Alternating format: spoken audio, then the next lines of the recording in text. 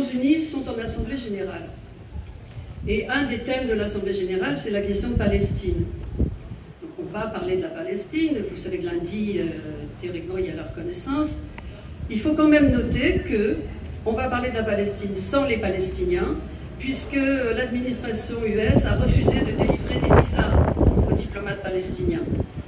Et même le président Abbas, on en pense ce qu'on veut, hein, mais c'est lui qui représente officiellement la Palestine actuellement, il a été généreusement autorisé à participer par visioconférence.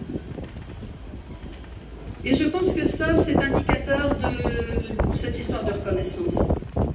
C'est une reconnaissance qui, symboliquement, est importante, certes, mais c'est une reconnaissance sans les Palestiniens. C'est une reconnaissance qui ne reconnaît pas le droit du peuple palestinien à disposer de lui-même, alors que l'on sait que le droit des peuples à disposer d'eux-mêmes est inscrit dans le droit international, c'est un élément fondateur du droit international. Eh bien là, non.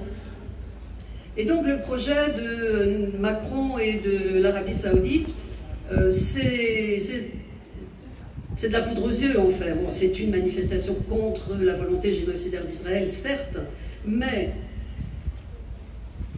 c'est un État démilitarisé. Bon, ça, il y en a quelques autres.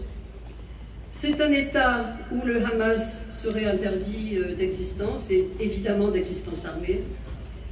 C'est un État qui devrait s'engager dans un processus d'économie libérale.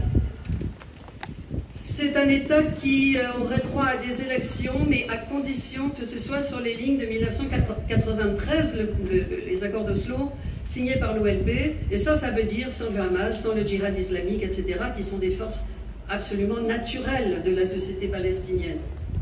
Ça impliquerait aussi la disparition de l'UNRWA, l'Office des Nations Unies pour les réfugiés. Et puis surtout, ça dirait que Israël n'est redevable d'aucune responsabilité. Je ne sais pas si on dit comme ça, mais enfin, il ne pourra pas être tenu pour responsable. Et les pays qui n'ont pas encore reconnu Israël seraient incités fortement, voire contraints, à le reconnaître. Donc vous voyez que ça peut paraître un piège, cette reconnaissance.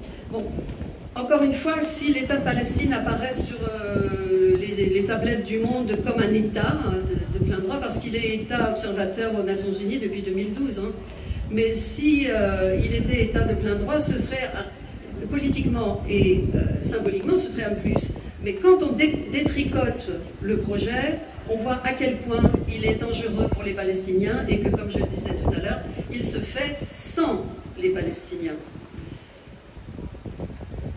Je viens de lire que Macron vient de faire une déclaration en disant à Israël « Mais si, il faut accepter. Parce que si vous n'acceptez pas, eh ben, vous allez vous retrouver avec un État où il y aura... Vous serez obligé d'intégrer tous les Arabes, tous les Palestiniens qui sont là, puisqu'il n'y aurait pas d'État de Palestine et que vous clignotez tout. Et rendez-vous compte, vous deviendriez minoritaire et les idéaux du sionisme seraient bafoués. » C'est le président de la République française qui fait ce genre de déclaration.